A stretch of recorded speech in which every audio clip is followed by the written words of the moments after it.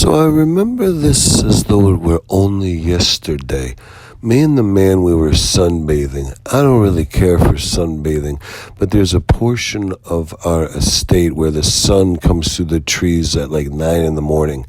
The rest of it's a cool, dewy shade, but there's this one little bar of sun that comes through all the trees and the shrubs about 9 o'clock, and sometimes there's a little table there, a little wrought iron table with two little, like, uncomfortable little metal chairs you sit on.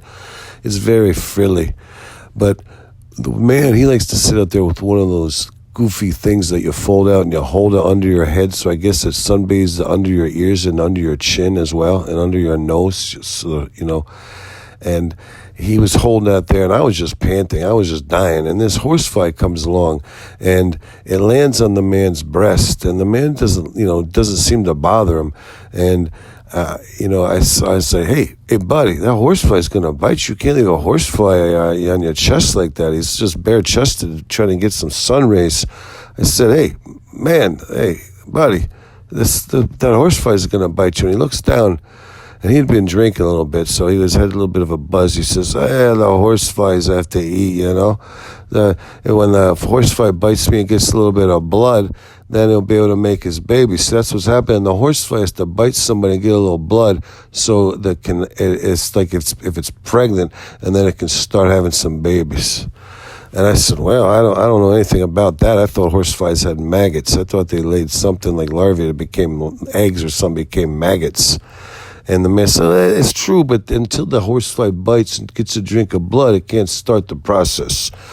And the man looked down, and that horsefly bit him, and the man smacked that horsefly and killed it, like with a reflex action. And he felt really bad about it.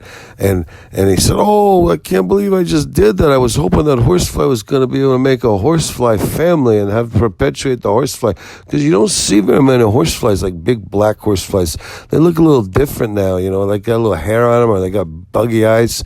This just looks like a big giant housefly. It's a giant horsefly. He bit me, before I knew what I did, I smacked him and killed him. It wasn't the plan. It wasn't what I was trying to do. And I kind of looked the other way, like I was trying to pretend I wasn't listening to the man, because I was just thinking, boy, what an idiot, You're sitting here telling me you were trying to help perpetuate the horsefly species, and then what do? You kill the mother horsefly just as she's trying to get some blood off you so she could go begin the maggot process and perpetuate the horseflies. But whatever, I just thought it was strange, He smacked the horsefly and it buzzed and it fell to the ground like, it was horrifying. The thing like buzzed and it hit the ground, it bounced and it buzzed a few times and its death throes, and then it was over. And, the man, he kind of took a big swill of his drink, and I just looked the other way. I was pretending I wasn't even paying attention to anything that was going on.